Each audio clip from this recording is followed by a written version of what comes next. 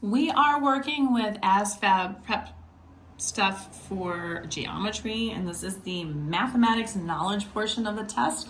These questions are about, you should be able to get about a minute per question. So these ones you're gonna kind of need to know on the quicker side. So this is pretty straightforward. I can explain to you real quickly on how you can do this. So we are told that M and N, those are the lines, and they are parallel. So they don't really look parallel because I didn't draw them too great, but they are parallel. We know that they're parallel because that information is given to us. In geometry, we never assume anything. So you really cannot assume something unless you're told that, or you have a marking on your diagram that shows you otherwise. So we're asked to find out what the value of A, B, C, and D added together is, and we don't have any numbers.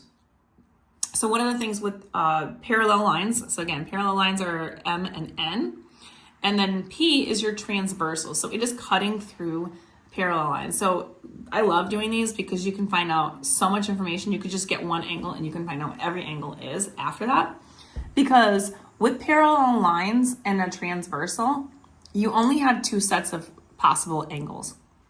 So if you were given a number for an angle measurement, then you can figure out everything because they're all either the same measurement or it's whatever adds up to 180. So with parallel lines, the quick trick with these, if you're trying to ask something like this, you have two acute angles. That would be this angle and this angle. These two are obtuse angles. Again, if you do need the terminology, I do have a video on the terminology for geometry. Angles greater than 180. This is definitely bigger than 90 degrees. And because this is a vertical angle to this, they're the same exact measurement. These two are smaller than 90-degree angles, so they are acute angles, and they are also vertical because they are intersecting lines that have angles opposite of each other. So those are vertical angles. Now, even if I didn't know all that stuff, I could legitimately just throw a number in. I know that this, and again, I don't want to assume things, but I can tell you, I could throw any number I want in for this. Just don't put 90 in here. If I said 30 was right here, 30 would have to be right here because they're opposite angles, they're vertical. So they're the same. This angle and this angle are on a straight line, which means they add up to 180. So this and this add up to 180.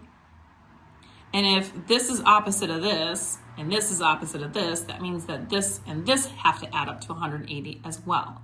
So 180 and another 180 adds up to 360.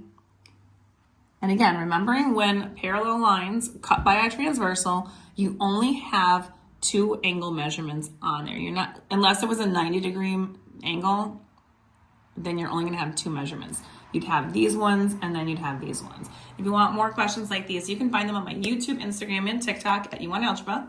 All of them are gonna be located in the ASVAB prep test portion of my playlist, but I also have a whole other playlist as well on angle measurements that you can also follow. And don't forget, like, share, and follow me for more.